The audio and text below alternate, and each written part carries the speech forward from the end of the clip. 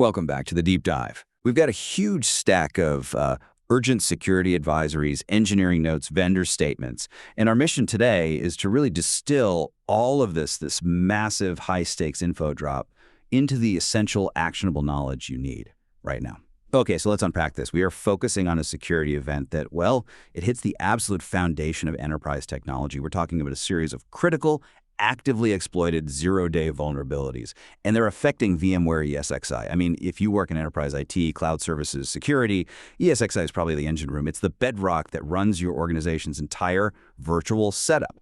This isn't just some bug. This is a threat to the fundamental architecture. It really is. And when a warning lights up on the hypervisor, that core layer of software that's controlling all the virtual machines, the alarm bells should be deafening. The source material here labels these not just as vulnerabilities, but very specifically as zero-day flaws. And they have VM escape capabilities, that combination. Well, it means we have confirmation that attackers found and successfully used these weaknesses before the vendor, Broadcom, even had a patch ready. That is genuinely alarming. So the bad actors already had the keys and were, testing the locks before the vendor even knew there was a problem. That means the threat level is just maximal. So our deep dive today has a really clear mission. We need to explain the mechanism of a VM escape, clarify why its impact is unequivocally critical, and most importantly, we need to deliver the specific immediate defensive playbook that organizations have to follow right now to contain this. This is an active global threat. Exactly. Time is literally of the essence. We need to move from, general panic to technical specificity and do it immediately. Let's start with the response then. Who fixed the problem and what exactly did they patch? We know this is about VMware ESXi, but the sources say the patches came from Broadcom, which makes sense since they acquired VMware, and that immediate response, that confirms how serious this is. It absolutely does. And for clarity, you need to understand, we're not just talking about one vulnerability. There are three distinct ones, and all three are zero-day.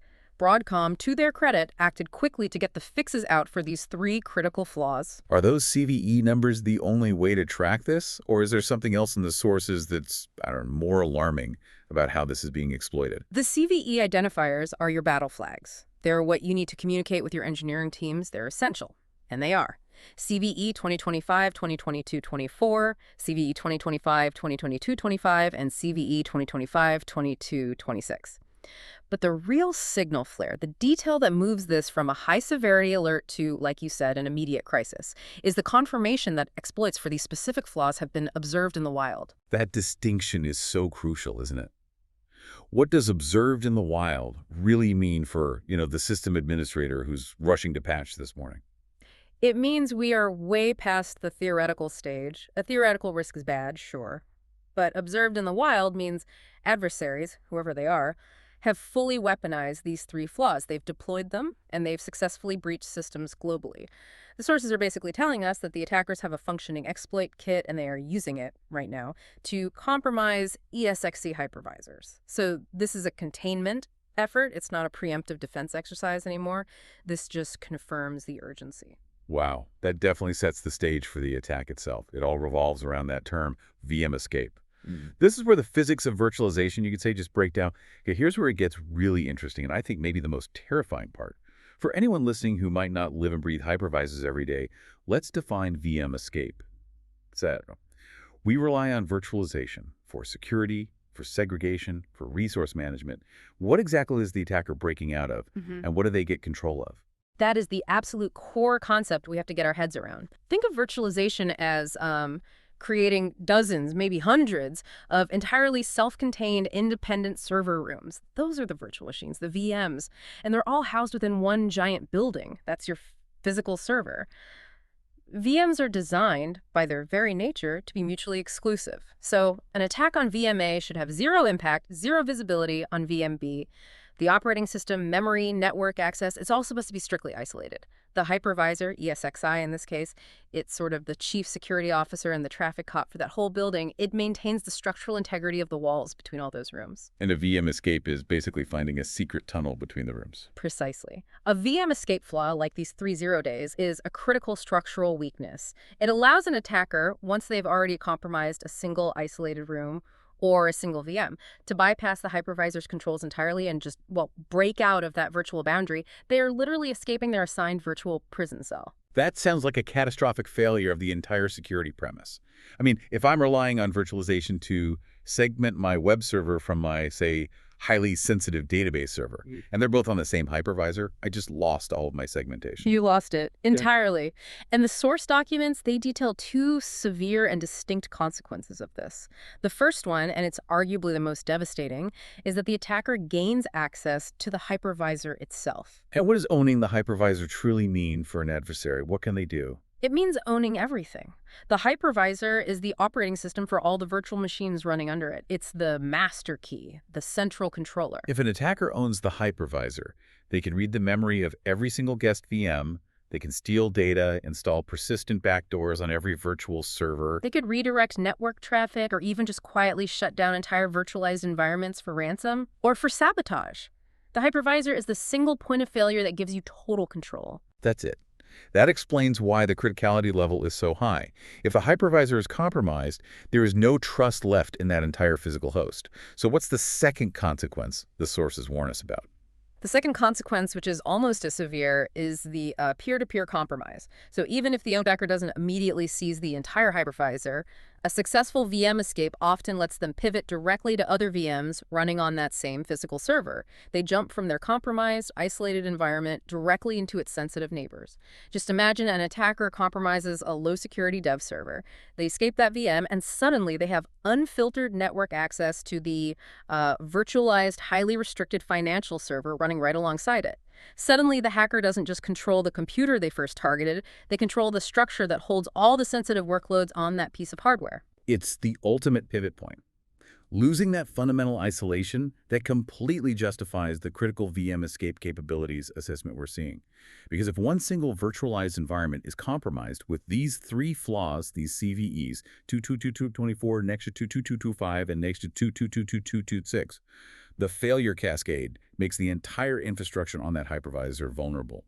The wall is gone. The sources are clear, the trust model is entirely dissolved. And given how ubiquitous ESXi is, especially in enterprise and cloud hosting, these three vulnerabilities represent a catastrophic risk to global business continuity, to data privacy, to systems integrity. That window for attackers is wide open until the patches are fully deployed. That urgency brings us squarely to the practical call to action. The attack is active, the patches are out.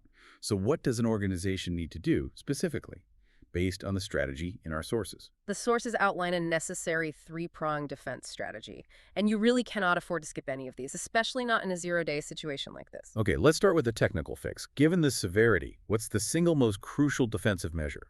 Action number one is the immediate prioritized patching of all vulnerable VMware ESXi installations. This is non-negotiable. Broadcom has released the fixes for these three CVEs, and applying them is the only technical guarantee that closes the door on these known exploits.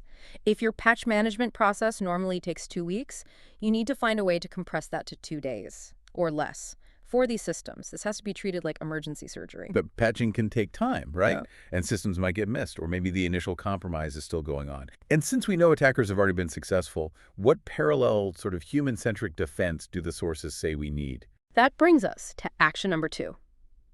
Enhancing security awareness across the entire organization. We have to be realistic here. Even the most sophisticated zero-day attack often relies on a simple failure in security hygiene to get that first foothold. A phishing email, a weak password, a compromised endpoint the attacker uses to get inside the VM before they try the escape. So while the patch fixes the hypervisor, enhanced awareness trains your staff to recognize suspicious activity that might give an attacker that initial foothold. The human element is so often a part of this, so bolstering security training and vigilance is a vital layer of defense. Okay, so we have the technical fix, which is patching, and the human firewall, which is awareness. But that still leaves the frightening possibility that the attack already happened before the patch was even available. So action 3 has to be about detection then. Absolutely. Action number 3 is implementing, or at least massively enhancing, threat monitoring, and crucially, active threat hunting. Since we know exploits were observed in the wild before the patch, organizations running ESXi have to operate under the assumption that some attacks may have already happened. You have to assume breach. What does that mean in practical terms? For a security analyst, what are they actually hunting for? It means moving way beyond just checking patch logs. The sources are implicitly mandating a deep inspection of the hypervisor's activities, of the network traffic flowing from unpatched or even just recently patched hosts. Analysts need to understand the indicators of compromise, the IOCs, related to known VM escape behaviors. So this involves looking for suspicious process activity in the hypervisor console, unusual resource consumption, or, VMs making unauthorized attempts to communicate with the physical server hardware or their peer VMs. So it sounds like this is not a passive defense at all. It's actively seeking out evidence of a compromise. It's entirely proactive. Look, when the threat vector targets the hypervisor, the lowest, most trusted level of your infrastructure, you can't rely on just one layer of defense. You need the technical fix for these three CVs. You need the human defense to deny that initial access. And you need the active detection capability, the monitoring and hunting to sweep for existing breaches. It's this comprehensive, layered approach that's the only responsible way to manage critical, observed, zero-day risks like these. So what does this all mean? We've looked at a crisis-level security situation.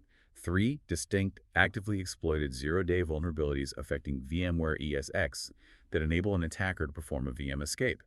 That escape, by allowing access to the core hypervisor or to neighboring VMs, it just breaks the entire foundational security model of virtualization. And the immediate non-negotiable solution requires prioritizing patching alongside proactive awareness and aggressive threat monitoring. Right. And while the sources give us that immediate plan, to contain this crisis, this whole event raises a much broader, more fundamental question. For every organization relying on virtualized infrastructure, this changes things. We have, for decades, built our entire modern IT stack on the absolute premise that the hypervisor is the ultimate immutable wall. We trust ESEX implicitly to enforce perfect segmentation, perfect isolation between workloads. We just assume an attacker cannot escape. But if that foundational security layer, that crucial wall between virtual machines, is now shown to be vulnerable to active, observed, zero-day exploitation, how does this fundamentally shift our long-term security architecture? Do we need to stop implicitly trusting the hypervisor and instead start building in higher levels of redundancy, maybe advanced microsegmentation inside the VMs themselves? We have to consider that a hypervisor breach might no longer be a theoretical disaster, but an inevitable eventuality that our future designs must account for. That shift in mindset, from trusting the infrastructure to assuming it's compromised, that might be the most lasting consequence of these three critical flaws. A deeply unsettling but absolutely essential question for you to explore as you apply these patches and secure your systems. Thank you for diving deep with us into the source material today. We hope this knowledge helps you stay ahead of the curve and remain well informed.